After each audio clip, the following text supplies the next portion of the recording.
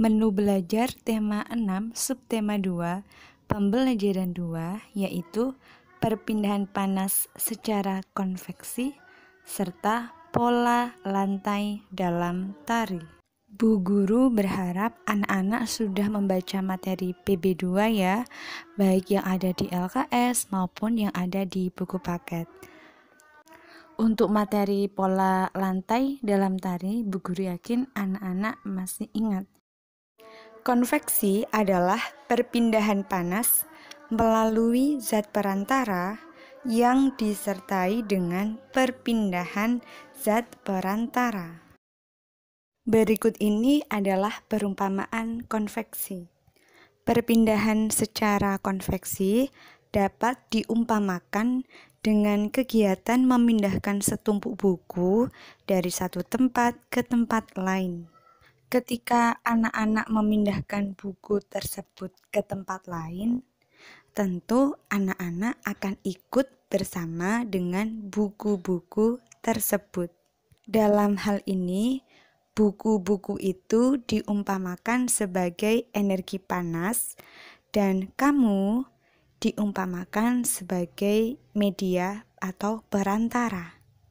Semoga anak-anak dapat memahami bahwa konveksi itu perpindahan panas atau kalor yang disertai dengan perpindahan zat perantaranya.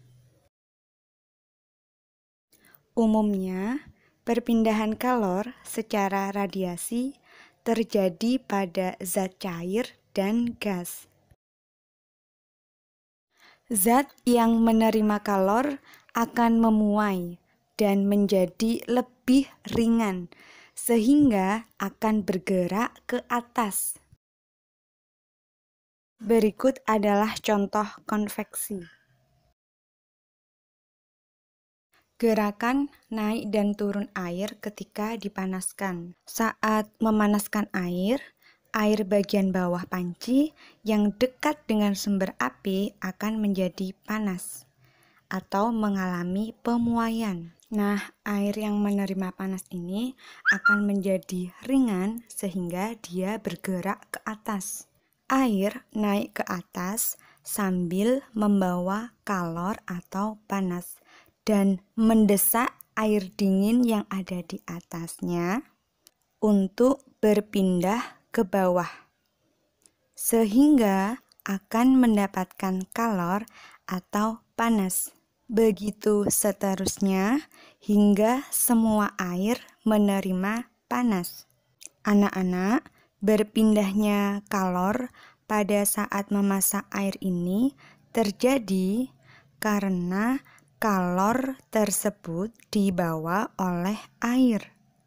Jika anak-anak pernah mengamati kacang kedelai atau kacang hijau yang direbus oleh ibu anak-anak di dapur, pasti kacang hijau ataupun kacang kedelai itu ketika dipanaskan juga mengalami gerakan naik dan turun. Nah, itu adalah salah satu contoh dari peristiwa konveksi. Selanjutnya, terjadinya angin darat dan angin laut. Angin laut merupakan angin yang bertiup dari laut ke darat. Mengapa angin laut terjadi siang hari? Begini anak-anak, daratan lebih cepat terkena panas matahari daripada lautan. Udara yang telah panas pada daratan tersebut akan naik, sehingga ruang kosong yang ditinggalkan oleh udara yang sudah naik tadi akan diisi oleh udara dari lautan. Dengan demikian, terjadi aliran udara dari lautan ke daratan yang disebut angin laut. Angin laut dimanfaatkan oleh nelayan untuk pulang dari berlayar. Selanjutnya, angin darat. Mengapa angin darat terjadi pada malam hari? Karena pada malam hari, laut lebih hangat daripada daratan. karena daratan lebih cepat melepaskan panas dibandingkan dengan lautan. Akibatnya, udara di atas laut bergerak naik dan ruang kosong di atas permukaan laut diisi oleh udara dingin dari daratan. Dengan demikian, terjadi aliran udara dari darat ke laut sehingga disebut dengan angin darat. Angin darat dimanfaatkan oleh nelayan untuk pergi berlayar mencari ikan.